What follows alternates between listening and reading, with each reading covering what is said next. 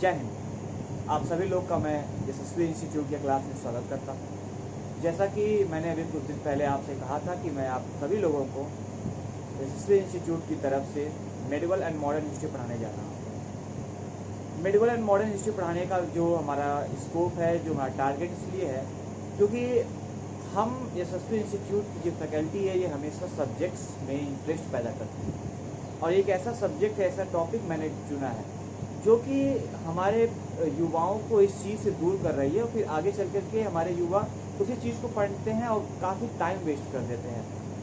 Generally हम जानते हैं कि हमें जो क्लास 6 से 10 तक नहीं पढ़ाया गया सही से, या हमने सही से पढ़ा नहीं, ध्यान नहीं दिया, बोरिंग लगता था या इंटरेस्ट नहीं था, वो हमको क्लास 12 के बाद किसी भी कॉम्पिटिटिव एग्ज़ाम देने में हमारे सामने आ जाता है। लगभग बच्चों का सपना होता है IAS के लिए, सिविल्स के लिए, सब ऑफिसर बनना चाहते हैं, काफ़ी वनडे का एग्ज़ाम देना चाहते हैं। तो GS के पोर्शन में भी हिस्ट्री का अपना एक बहुत बड़ा अहम योगदान है, जिसमें मॉडर्न और मेडिवल से काफ़ी क्वेश्चन पूछे जाते हैं। अब मैं आप लोग को मेडिवल एंड मॉडर्न पढ़ाने जा रहा हूँ।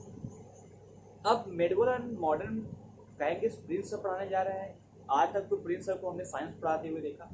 जी जरूर, आपने हमको साइंस पढ़ाते हुए देखा होगा और मैं आपसे आशा करता हूँ कि जिस तरीके से आपने हमसे साइंस पढ़ा अच्छे से, वैसे ही अब आप लोग हमसे इतिहास पढ़ेंगे। जब मैं साइंस पढ़ाता हूँ तो आपको कोई बोरियत नहीं होती, उस प्रकार से इसमें भी कोई बोरियत नहीं। हम लोग हंसी खुशी, हंसते खेलते इतिहास को पढ़ेंगे। तो मैं आप लोग मध्यकालीन इतिहास पढ़ाने जा रहा हूँ। प्रारंभ करता हूँ मध्यकालीन इतिहास। इतिहासकारों का मानना है कि मध्यकालीन इतिहास हर्षवर्धन की मृत्यु के बाद होता है। हर्षवर्धन नाम ये आपको तब मिलेगा जब आप मध्यकालीन इतिहास का प्रारंभ करेंगे पढ़ना। अब मध्यकालीन इतिहास में तो इनका कोई अहम रोल नहीं है, ये तो प्राचीन काल में, लेकिन इन्हीं के साम्राज्य के विखंडन के बाद ही मध्यकाल का प्रारंभ होता है। तो मध्यकाल को पढ़ने से पहले हमें हर्षवर्धन के बारे में जानना, राजा हर्षवर्धन के बारे में जानना बहुत ही जरूरी है, क्योंकि जो मध्यकालीन इतिहास की नींव रखी गई वो राजा हर्षवर्धन के साम्राज्य से ही रखी गई। अब राजा हर्षवर्धन के बारे में जानने से पहले हम आपको ये बता दें कि राजा हर्षवर्धन एक ऐसे शासक थे जिन्होंने पंजाब से लेकर सेंट्रल इंडिया तक के क्षेत्र को कवर किया था। आपको पता ही होगा 6वीं शताब्दी में जब गुप्त पीरियड, मतलब गुप्त काल का पतन हुआ, तब गुप्त काल एक ऐसा काल था, मतलब एक ऐसा पीरियड था जो कि बहुत ही कंसोलिड था। और मतलब हम ये कह सकते हैं कि गुप्त पीरियड हमारे पूरे इतिहास का एक ऐसा पीरियड रहा है जो कि हमें गर्व महसूस करने के लिए मजबूर कर देता है।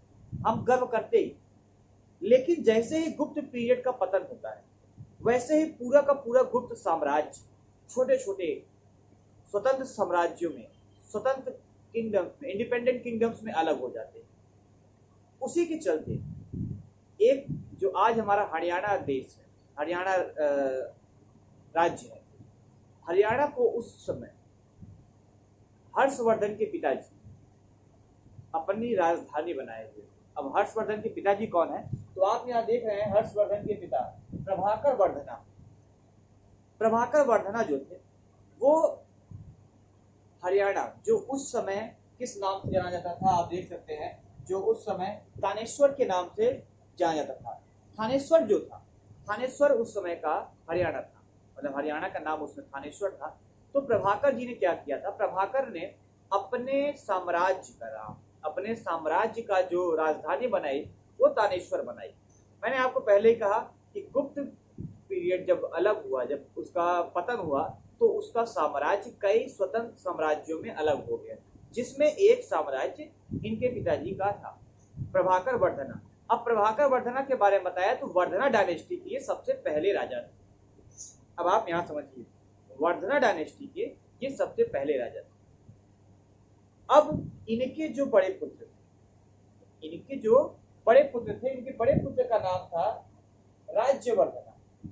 इनके जो बड़े पुत्र का नाम था राज्यवर्धन। आगे आपने देखा लिखा हुआ किंग ऑफ तानेश्वर। लेकिन ये कब हुआ? ये तब हुआ जब इनके पिताजी प्रभाकर वर्धना जी, जब इनके पिताजी प्रभाकर वर्धना जी की मृत्यु हुई है। लगभग 605 के आसपास जब इनकी मृत्यु होती है तो इनका पूरा का पूरा जो साम्राज्य था वो मिल गया इनके बड़े बेटे को राज्यवर्धना, जो कि 605 में, जो कि 605 में तानेश्वर के राजा बने। अब यहां से आपको एक नई इतिहास की पहलू मिलेगी। इनके दो भाई, किसके दो भाई? प्रभाकर वर्धना के दो भाई, एक हर्षवर्धन जो कि सबसे छोटे थे, फिर उनसे बड़ा जो कि वर्धना का सबसे बड़ा पुत्र था राज्यवर्धना, जो 605 के आसपास इनके मरने, प्रभाकर जी के मरने के बाद वहां का राजा बना। एक सशक्त राजा था, न्यायप्रिय राजा था, लोगों से अगर पूछा जाए तो लोग भी इससे काफी खुश थे। अब यहाँ पे आपको इतिहास जो बताने में जा रहा हूँ ये हिंदी फिल्मों की कहानी की तरह एकदम है, एकदम हिंदी फिल्म की कहानी है। जैसा कि हम जनरली देखते हैं कि हिंदी फिल्मों में होता है, एक परिवार होता है, एक मुखिया होते हैं, उसके दो बेटे होते हैं, एक बेटी होती है, बेटी का विवाह किसी और से होता है, फिर अगर बेटी के पति किसी ने मार दिया तो भाई जाता है बदला लेने। पूरी एकदम हिंदी स्टोरी की कहानी है, जहां पर भी आपको मिलेगी। कैसे देखते? इनकी जो बहन थी, इनकी बहन का अगर हम नाम करें तो राज्यश्री नाम था उसका। इनकी बहन का जो नाम था वो था राज्यश्री। अब राज्यश्री जो थी, राज्यश्री का विवाह कर दिया गया। अब राज्यश्री का जब विवाह किया गया तब वो विवाह किया गया मुखारी के राजा से। राज्यश्री का विवाह किया गया मुखारी के राजा से, ग्रहण वर्मन जो थे वो मुखारी के राजा थे। अब जीजा तो बन गए इनके, वर्मन साहब इनके जीजा बन गए। अब हुआ क्या, वर्मन साहब का एक युद्ध हो गया मालवा के राजा से। वर्मन साहब का एक युद्ध हो गया मालवा के राजा देवगुप्ता से। देवगुप्ता ने किया उनको मार दिया। अब मार दिया, साथ में इनके बहन मतलब इनकी पत्नी को, वर्मन जी की पत्नी को काल कोठरी में बंद कर दिया। चल भैया, तेरा पति को तो मैंने मार दिया, अब तू चल अंदर। अब भाई ये सुन करके, भाई का खून तो खोलना ही था ना, तो बड़े भाई का खून एकदम खोल गया। कहा कैसे कर दिया भाई? तुरंत सेना तैयार की और देवगुप्ता के ऊपर आक्रमण कर दिया। अब जैसा हम अक्सर हिंदी फिल्मों में भी ऐसा होता है, अब भाई बहन को बचा के लाएगा। बहुत सही काम किया राज्यवर्धन ने, देवगुप्ता को हराया। देवगुप्ता मजबूर हो गया, सरेंडर कर दिया और अपने बहन को बचाया। अब यहां पे राजवर्धन ने जो गलती यह की, जीता हुआ साम्राज्य भी देवगुप्ता को लौटा दिया और उसको जीवन दान भी दिया। जीवन दान दिया, कई इतिहासकार कहते हैं जीवन दान दिया और कई कहते हैं कि समर्पण कर दिया। लेकिन मेन ये है कि इन्होंने साम्राज्य जीता था देवगुप्ता का, वो वापस कर दिया और उन्हें मृत्यु दंड देकर उन्हें जीवन दान दिया, क्योंकि वो शर्मिंदगी से मर गए। ये इन्होंने अपने मृत्यु का बीज बोया था। अब कैसे थे देखिए, समय बीतता गया। ईस्टर्न बंगाल का एक जगह है गौंडा। गौंडा से शशांक नामक राजा, गौंडा के राजा शशांक, इनसे मिलने, इनसे दोस्ती कर रहे हैं, एज अ फ्रेंड वो मगध आते हैं। ये बात पता थी देवगुप्ता को। एक्चुअली ये था कि देवगुप्ता और शशांक ने साइलेंट ट्रीटी कर रखी।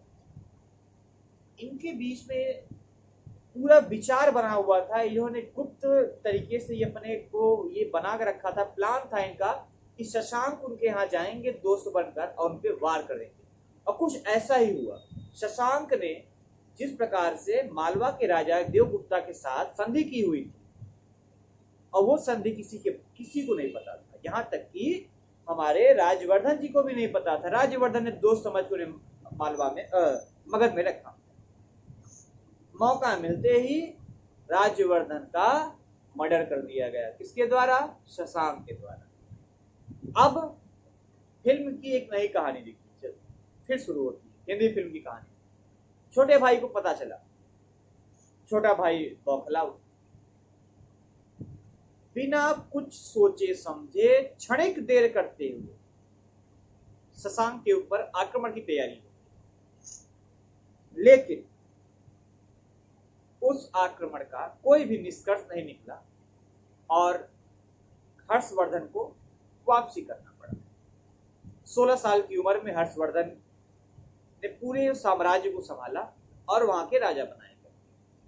हर्षवर्धन वर्धना डायनेस्टी के सबसे पावरफुल, एफिशिएंट और सबसे ज्यादा जनता के द्वारा प्रेम पाने वाले राजा थे।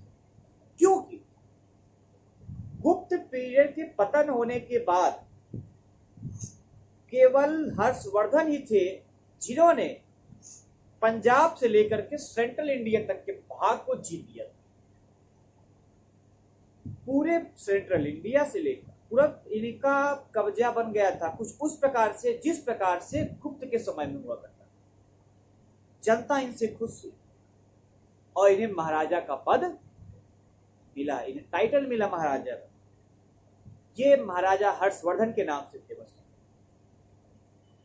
लेकिन कहते हैं ना कि जब आपको किसी चीज की बहुत ज्यादा लत लग जाती है तो कहीं ना कहीं आपके लिए हानिकारक होती है। जीतते गए, साम्राज्य बढ़ाते गए, साम्राज्य की जो बाउंड्री थी उसको बहुत बड़ा करना चाहते थे और ये साउथ की तरफ बढ़ना चाहते थे। मैंने यहाँ लिखा है कि साउथ में इनका जो क्षेत्र है वो नर्मदा रिवर तक के लिए। अभी नर्मदा तो ही क्यों सीमित रह गई आपको बताता हूं। ये बहुत ही ज्यादा अपने साम्राज्य को बढ़ाने के चक्कर में सोचे कि हम चलते हैं साउथ की तरफ, वहां पे अटैक किया जाएगा और जीत लिया जाएगा, जैसा कि और सब पे। लेकिन बिना दुश्मन के जाने बगैर अटैक करेंगे। अब भैया कि बिना जाने बगैर अटैक करेंगे तो घाटा तो होगा ही ना। ऐसा नहीं है कि ये कमजोर थे, पूरे दिमाग लगा के, पूरे मनोबल के साथ और पूरे तैयारी के साथ इन्होंने अटैक किया। लेकिन सामने वाला भी तो चूड़ी नहीं पहना हुआ है कि आप आएंगे मार देंगे वो भाग जाएगा। उस समय वहां पे नर्मदा नदी के किनारे जब ये पहुंचे, अटैक किया। अब सोचिए किया किसने? इन्होंने चालुक्य वंश में चालुक्य डायनेस्टी के ऊपर अटैक किया। उस समय वहां का राजा पुलकेशिन द्वितीय था। पुलकेशिन द्वितीय भी अपने समय का बहुत ही महान शासक था। पुलकेशिन द्वितीय ने हर्ष को हरा दिया और इनसे कहा कि भैया हमारे और आपके बीच में एक संधि होती है, ये जो नर्मदा नदी है ये हमारे साम्राज्य और आपके साम्राज्य के बीच की बाउंड्री है। युद्ध हार गए।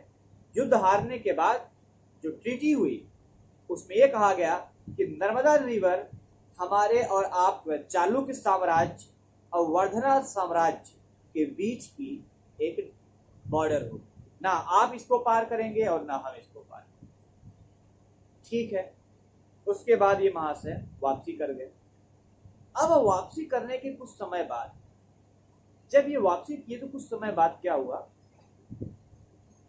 इन्होंने अपने कुछ एम्बेसडर्स को, राजदूत को चाइना भेजा था। चाइना भेजा। अब चाइना से भाई गए आए, आज का तो है नहीं कि प्लेन से गए और प्लेन से तुरंत चले आए। जब इन्होंने भेजा तो उन्होंने भी कुछ को भेजा। टैंग डायनेस्टी उस समय वहां पर थी। टैंग डायनेस्टी ने भी 30 लोगों की एक टीम भेजी यहाँ पे। जब टीम यहाँ पहुंची तो पता चला हर्षवर्धन की मृत्यु हो गई। हर्षवर्धन की मृत्यु हो चुकी है और कई नए साम्राज्य बन चुके हैं, कोई और उनके यहाँ पर शासन कर रहा है। टीम वहां पहुंचती है तो जिसने हर्षवर्धन को हराया उसने इन पर अटैक कर दिया। तो ये भगे भगाए अपना तिब्बत में जाकर के अपना शरण लिया। ये जो लोग पहुंचे हुए थे वहां। फिर उन्होंने क्या किया, तिब्बत और नेपाल की इन्फेंट्री को मिला करके भारत पर अटैक किया, जो हर्ष का साम्राज्य था उस पर अटैक किया और जीत लिया उसको। और कुछ समय के लिए वो चंगेज पीरियड कहा जाएगा, मतलब चंगेज का पीरियड। आपको पता है चंगेज खान चाइनीज था, मंगोलियन था, मंगोल एम्पायर का बहुत ही डरावना कह सकते हैं कि ऐसा कौन सा शासक हुआ जो उससे डरता न रहा सल्तनत पीरियड में। चंगेजियन एम्पायर के नाम से कुछ समय तक शासन, फिर वो हटा, कोई और आया, फिर वो हटाया। मतलब हर्षवर्धन के मरने के बाद 647-48 के बाद कोई अस्थाई सरकार नहीं रही पूरे नॉर्थ और सेंट्रल इंडिया, क्योंकि कोई उस काबिल नहीं था, क्योंकि उसका जब वर्धना डायनेस्टी खत्म हुई हर्ष के बाद, तो किसको मिले, कौन उसका नेतृत्व करता, कोई था ही नहीं। छोटे छोटे जो साम्राज्य थे वो उस पर कब्जा जमाते थे, कोई और जमाता था। लेकिन फिर 700 एडी में जब राजपूतों ने अपना स्तंभ कायम किया और राजपूतों की जो चारों शाखाएं थी, चारों लोग जो थे, उन सभी ने अपना काम शुरू किया, अपने क्षेत्र को जीतना प्रारंभ किया, तब जाकर वहां पर एक स्थायी सरकार का निर्माण हुआ।